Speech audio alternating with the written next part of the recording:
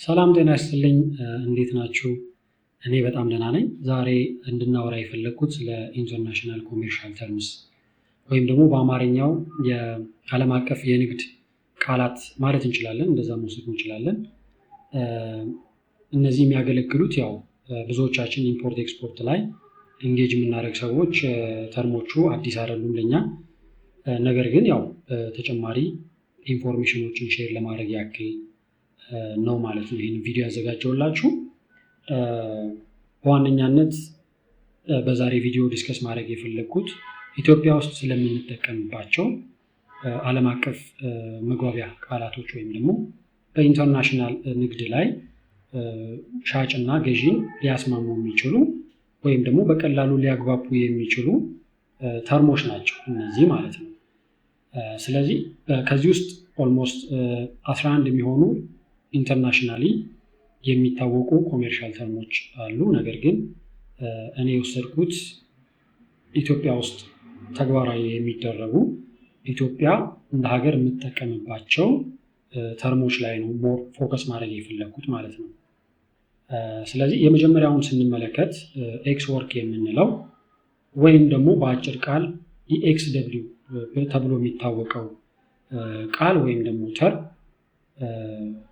እኔ በኢትዮጵያ ኮንቴክስት በኤክስፖርት ላይ የምንጠቀምበት ተርም ነው። ያ ማለት የገዢው ወይም ደግሞ የሻጭ ሪስፖንሲቢሊቲ በጣም የሚቀንስበት፣ ነገር ግን የገዢው ደግሞ ሞር ብዙ ተጨማሪ ፕሮሰስ ኢፈርት የሚፈልግበት የግብይት ተርም ነው ማለት ነው። ስለዚህ በኤክስ ወርክ አንድ ነጋዴ ለሆነ ሀገር ገዢ ለምሳሌ ቡና ከኢትዮጵያ ወደ ቻይና ለምሳሌ መሸጥ ብንፈልግ የኢትዮጵያ ላይ ያለው ነጋዴ ሪስፖንሲቢሊቲ የሚሆነው ያንን ፕሮዳክት ወይም ደግሞ ያንን ለጭነት የተዘጋጀ ቡና የተመረተበት አካባቢ ወይም ደግሞ የተመረተበት አካባቢ የሚገኝ መጋዘን ሊሆን ይችላል። ያንን ለጭነት አዘጋጅቶ የሚጠብቅበት ሁኔታ ነው ያለው ማለት ነው። ስለዚህ ገዢ ወደ ቻይና ከሆነ ቅድም እንዳልኳችሁ የቻይናው ገዢ ያንን ቡና ባለበት አይቶ ቼክ አድርጎ ከዛ በኋላ ግብይት ፈጽሞ ፕሮሰስ አድርጎ ወደ ቻይና የሚወስድበት አሰራር ነው ማለት ነው። ስለዚህ ብዙ ሪስፖንሲቢሊቲ የሚኖረው ወይም ጫና የሚኖረው ገዢው ላይ ነው ማለት ነው። ስለዚህ በኢትዮጵያ ኮንቴክስት ወደ ኢምፖርት ማናመጣበት ኮንዲሽን ብዙ የኢትዮጵያ ነጋዴዎች ላይ ጫና የሚፈጥር ከቻይና በተቃራኒ ለማምጣት የቻይና መጋዘን ሄደን ወይም ደግሞ ፋብሪካ ላይ ሄደን ግዢውን ፈጽመን ፕሮሰስ አድርገን የጭነት ፖርት ኦፍ ሎዲንግ ላይ የሚኖሩ ፕሮሰሶችን ሁሉም በኤጀንት አማካኝነት ወይም ራሳችን ይህንን ፕሮሰስ አድርገን የምናመጣበት ፕሮሰስ ነው ማለት ነው። ይሄ ደግሞ በጣም ለኢምፖርት የማይመከር እንደ ታዳጊ ሀገር ደግሞ ብዙ ጫና የሚያመጣ ነው ማለት ነው። ስለዚህ እንደ ሀገር ይህንን ለኤክስፖርት ፐርፐዝ እንጂ ለኢምፖርት ፐርፐዝ አንጠቀምበትም ከረንትሊ ማለት ነው። ወደፊት የሚሆነውን አናውቅም። ሁለተኛው ኤፍሲኤ ነው፣ ፍሪ ካሪየር የምንለው። ይሄም ቅድም እንዳልኳችሁ ከፋብሪካው የተወሰነ ርቀት ሊሄድ ይችላል ጭነቱ። ለምሳሌ ከጅማ ከሆነ ኤክስፖርት የምናደርገው፣ ስለዚህ ከጅማ የተወሰነ አዲስ አበባ ሊመጣ ይችላል እቃው ወይም ደግሞ ቡናው ማለት ነው። ስለዚህ የቻይናው ነጋዴ ወይም ደግሞ ወደ ቻይና ኢምፖርት ማድረግ የፈለገው ገዢ ከአዲስ አበባ ፕሮሰስ አድርጎ ጭነቱን ማስኬድ መቻል አለበት ማለት ነው። እዚህ ጋር እንደምትመለከቱት እቺ የቀይ ምልክት የተቀመጠችበት ነገር ሪስኩን የሚያሳይ ነው። እዚህ ጋር ደግሞ በሰማያዊ እንደምታዩት የሴለር ኦብሊጌሽን ነው። በቢጫ ደግሞ ሃይላይት የተደረገው ደግሞ የባየር ኦብሊጌሽን ነው ማለት ነው። ስለዚህ በኢትዮጵያ ኬዝ ከወሰድነው ሰማያዊው አሁን በቡናው ኬዝ ከሆነ የኢትዮጵያው ሰማያዊ ይሆናል ማለት ነው። በተቃራኒ ደግሞ ከሆነ ደግሞ ያው ደሪቨርስ እንወስዳለን ማለት ነው። ስለዚህ በዛ እንድትረዱኝ ነው። ሶስተኛው ኤፍኦቢ የምንለው ነው። ሰምታይምስ ለኢምፖርት ፐርፐዝ እንጠቀምበታለን። በተለይ የሌላ ሀገር መርከብ የምንጠቀም ከሆነ ከኢትዮጵያ ሺፒንግ ሎጂስቲክስ ከመርከቦች ውጪ ስንጠቀም sometimes ይህንን ልንጠቀም እንችላለን። ግን አሁንም ቢሆን በኢትዮጵያ ኮንቴክስት ለኤክስፖርት ፐርፐዝ የምንጠቀምበት ተርም ነው ማለት ነው ኤፍኦቢ። ስለዚህ አሁንም በቡናው ኬዝ ብንወስድ የኢትዮጵያ ነጋዴ እስከ ጅቡቲ ፖርት ድረስ ወይም ደግሞ በአየር የሚሄድ ከሆነ እስከ ኤርፖርት ድረስ ይወስድና የጭነቱንም ፕሮሰስ በማድረግ ጭነቱ ወደ መርከብ ከተጫነ በኋላ ሪስፖንሲቢሊቲው ያቆማል ማለት ነው እዛ።